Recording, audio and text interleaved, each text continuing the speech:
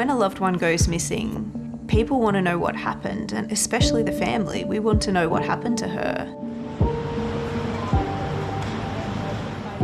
It's been a really long ride to get to this point, and to finally think that we may have an outcome is really nerve-wracking. The mystery of what happened to Lynette Dawson in the summer of 1982 has captivated people around the world.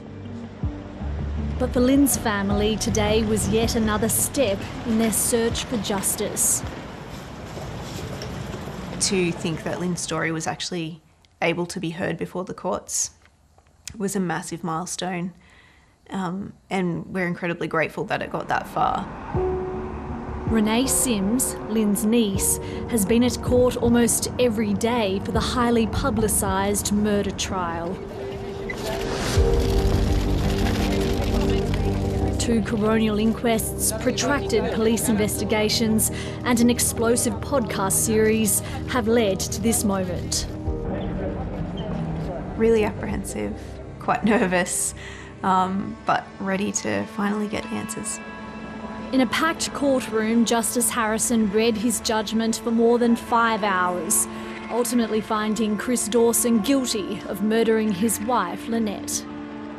Christopher Michael Dawson on the charge that on or about 8 January 1982 at Bayview or elsewhere in the state of New South Wales, you did murder Lynette Dawson.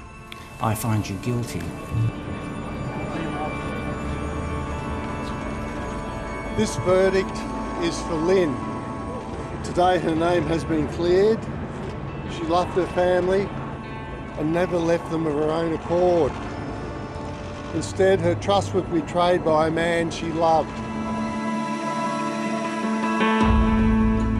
Lynette Dawson vanished from her Northern Beaches home in 1982.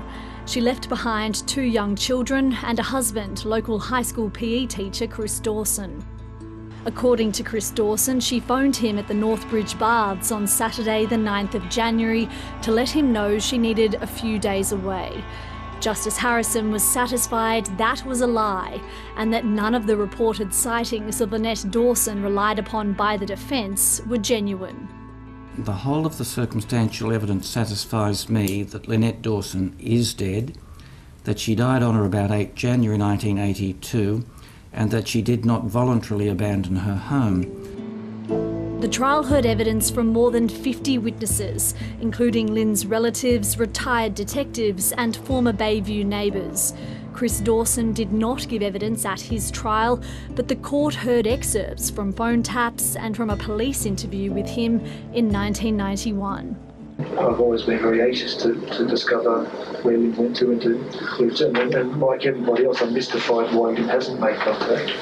Dawson, very close. Chris Dawson, very... It was alleged the former Newtown Jets footballer was motivated to kill Lynn in order to have an unfettered relationship with his then teenage student JC, who was also the family's babysitter.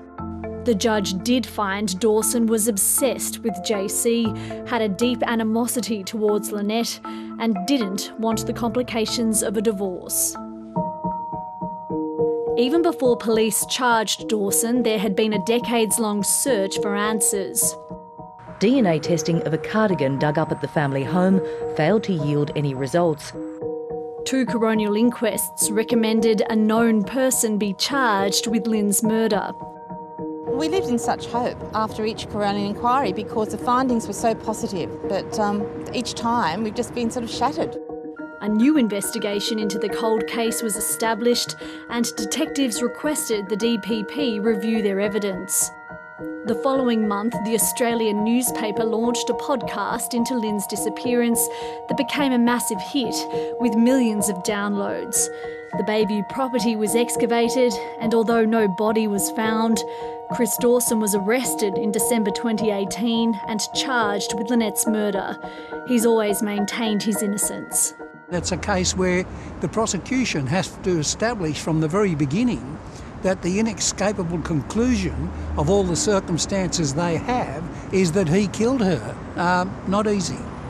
There was no jury. The evidence was heard by a judge alone.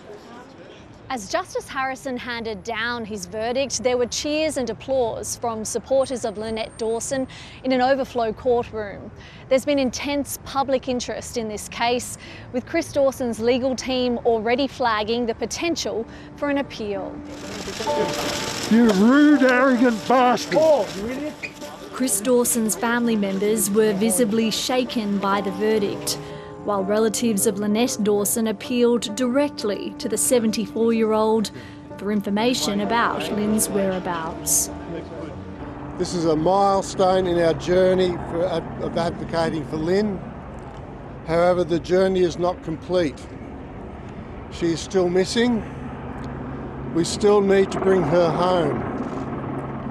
We would ask Chris Dawson to find it in himself to finally do the decent thing and allow us to bring Lynn home to a peaceful rest, finally showing her some dignity she deserves. The thing I think that matters the most is that Lynn's story, as we know it, has been justified by a judge. It's justification for what we've always believed has happened. There were almost tears, I think a lot of disbelief. We have no idea where she is, so while this is the end of a chapter, it's not the end of the book. We still need to find out where she is.